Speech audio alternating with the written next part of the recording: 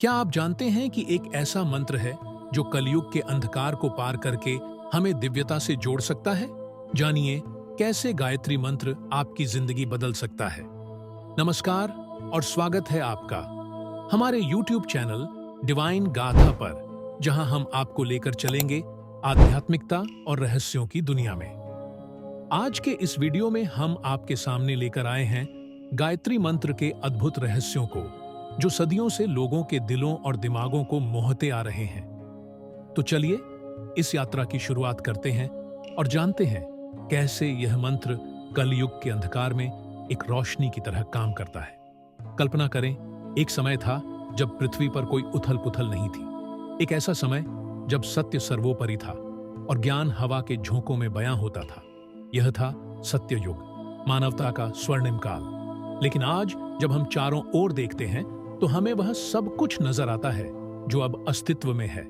अव्यवस्था, भौतिकवाद और नैतिक पतन। यह है कलियुग, वही युग जिसमें हम अब जी रहे हैं। लेकिन इसका क्या अर्थ है और यह हिंदू धर्म के रहस्यों से कैसे जुड़ा हुआ है? आज हम कलियुग के रहस्यों का खुलासा करेंगे और हम उस प्राचीन शक्ति की खोज करेंगे जिसे हम गायत्री मंत्र के रूप में जानते हैं। एक ऐसा मंत्र जिसने सदियों से लोगों के दिलों और दिमागों को मोह लिया है। हिंदू धर्म में समय चक्रीय है। ब्रह्मांड 4 प्रमुख युगों से गुजरता है: सत्य युग, त्रेता युग, द्वापर युग और अंत में कलयुग। प्रत्येक युग दुनिया की नैतिक और आध्यात्मिक स्थिति द्वारा परिभाषित होता है। जैसे जैसे हम एक युग से दूसरे युग में प्रवेश करते हैं, दुनिया अधिक भ्रष्ट होती जाती है, सत्य अधिक अस्पष्ट होता जाता है और ईश्वर से हमारा संबंध कमजोर हो जाता है।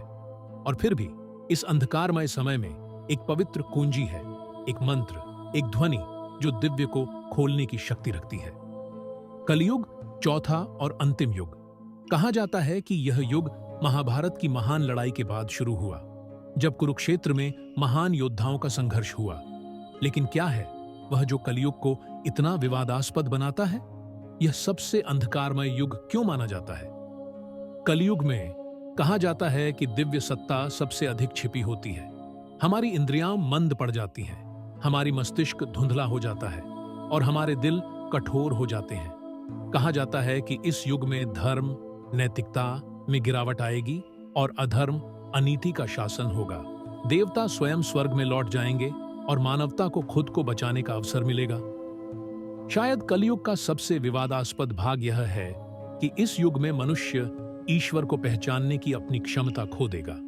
जो पवित्र सत्य एक समय आसानी से समझ में आते थे, वे अब रहस्यमय हो जाएंगे। और इस भ्रम में क्या हम फिर भी दिव्यता को पहचान पाएंगे? कलयुग के इस अंधकार और भ्रम के बीच एक ऐसी दिव्य रोशनी है जो रास्ता दिखाती है।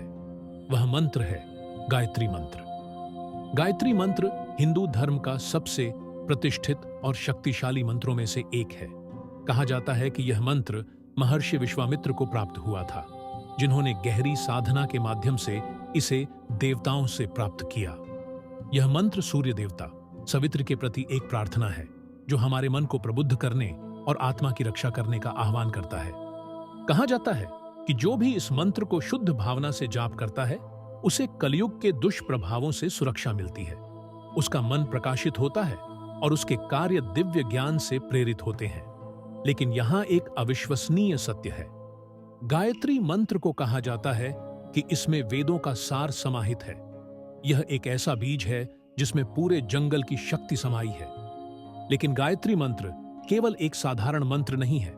इसका उच्चारण स्वयं में दिव्य शक्ति रखता है। प्राचीन आर्ष मानते थे कि गायत्री मंत्र का जप करने से व्यक्ति और ब्रह्मांडीय ऊर्जा के बीच सीधा संबंध बनता है। यह विश्वास किया जाता है कि गायत्री मंत्र का सही उच्चारण शारीरिक बीमारियों को ठीक करने और आत्मा से नकारात्मक कर्मों के प्रभाव को दूर करने की क्षमता रखता है। कुछ लोग कहते हैं कि यदि यह मंत्र 108 बार जाप किया जाए तो यह भक्त को जन्म और मृत्यु के चक्र से मुक्ति दिला सकता है। और यही रहस्य है, गायत्री मंत्र जब सही तरीके से समझा और जपा जाता है तो यह कलयुग के अंधकार को पार करके हमें दिव्य से जोड़ सकता है। लेकिन इसमें एक शर्त है, यह मंत्र हल्के में नहीं लिया जा सकता। प्राचीन समय में यह माना जाता था कि केवल वही लोग जो कठोर आध्यात्मिक साधना से गुजरे थे, उन्हें इसे उच्चारण करने की अनुमति थी। यहां पर एक और विवाद उठता है। गायत्री मंत्र ऐतिहासिक रूप से ब्राह्मणों यानी पुरोहित वर्ग के लिए ही आरक्षित था, लेकिन क्या यह ठीक है कि इस शक्तिशाली मंत्र का उपयोग केवल कुछ ही लोग करें?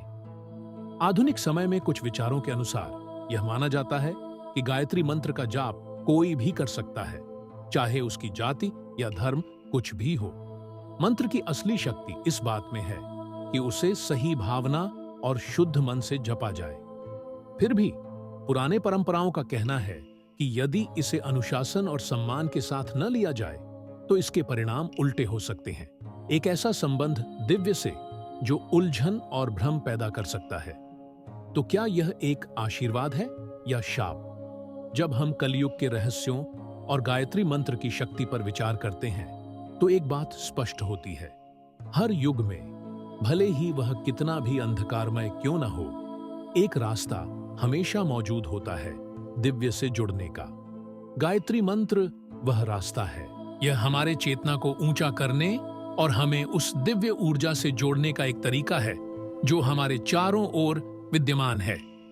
और याद रखें, महाभारत में भगवान कृष्ण खुद कहते हैं कि जब हम गायत्री मंत्र का जाप करते हैं तो यह ऐसा है जैसे हम सीधे दिव्य सत्ता से बात कर रहे हैं, शब्दों में नहीं बल्कि उन तरंगों में जो ब्रह्मांड के केंद्र तक पहुंचती हैं।